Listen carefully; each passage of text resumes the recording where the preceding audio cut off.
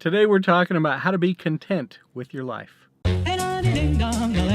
How is it we can do some amazing and sometimes unexplainable things, like heal our own bodies by the power of our thought? Mother's intuition, the law of attraction. Can we really tap into our subconscious mind? Can we really create our own realities? It begs the question, are we novice gods?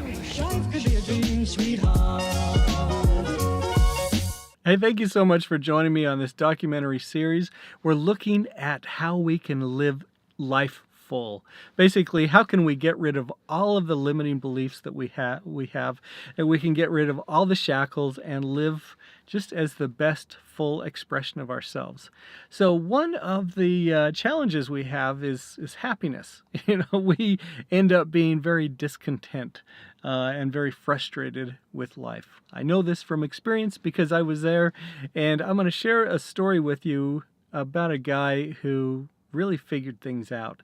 And he figured things out the wrong way several times before he really, came to be content with his life, be happy, be satisfied, not only with his life, but finding out who he is, what he was about, and really finding purpose and significance in his life.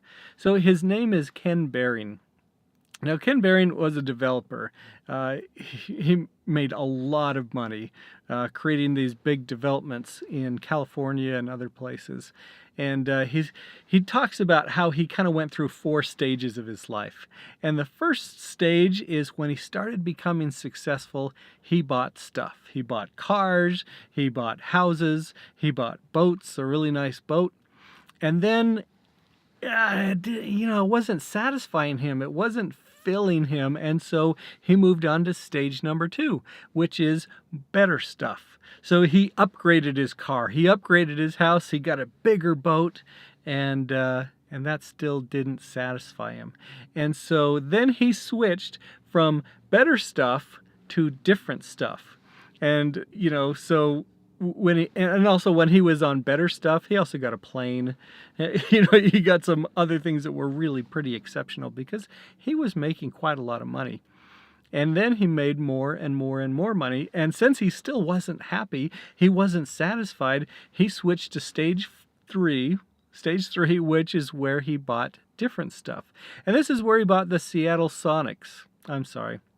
He bought the Seattle Seahawks, and now had a professional sports team.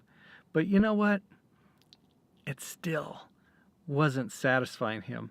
And the plane that he had now was not a little tiny plane. It was an enormous plane. It was fantastic. And then this amazing thing happened to him. A friend called him up and asked if he wouldn't mind using his big, enormous plane and doing a drop for him of taking some wheelchairs to some people in this third world country that needed them. And Ken thought, well, no problem for me. And so he did the drop. And with doing that, he personally went out and handed these wheelchairs to these people. And he saw the conditions that they were in. And many of them had lost limbs, lost legs because of minefields and because of terrible wartime things. And also because of just medical, birth defects. And they would drag themselves through the streets in these dusty countries. And also, he came to find out that many people, too, who were in their society seemed broken or injured, their families shunned them and they kept them in rooms and they were ashamed of them. And Ken gave a wonderful speech one time where he talked about the desire to be in the sun, to live in the sun, to be outside and feel those warm rays. And he wanted to change things. His heart changed at this point because now he was no longer focused on stuff or more stuff or better stuff. Now he was focused on how to make a difference. He found stage 4 for him was finding a purpose. He founded the Wheelchair Foundation and has given thousands and thousands of wheelchairs to people in developing countries who otherwise wouldn't have access to this. And these are people who used to be shunned, and now they have mobility. Now they're able to get around. Now their families can move them around as well. And he's helping to change the stigma that having, these challenges, these mobility challenges bring on people. But the cool thing is what this has done for him. He is now content. He is happy. He is full of life because he has purpose and meaning in his life. It wasn't the stuff. It wasn't the better stuff. It wasn't the more stuff or the different stuff. It was finding purpose and passion in life. I hope whatever you are doing, whatever, cycle you're in right now, if you're looking for happiness, if you are looking to be fully satisfied with life, I hope what you do is you first look for significance. How can you make a contribution? How can you make your life matter? How can you add your difference to the world? What purpose are you passionate about serving?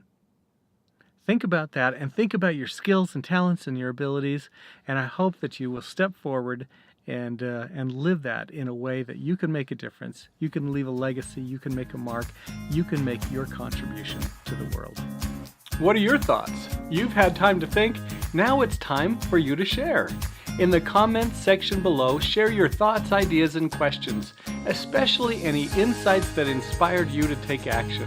Of course, the best place to take action is at scottwilhite.com, because if you join me for a free web class, I will reward you with a purpose planner so you can start each day with confidence, clarity, and conviction. What if you are a God in the making? That would mean there's purpose to your life, meaning to your challenges. You have a great work to do.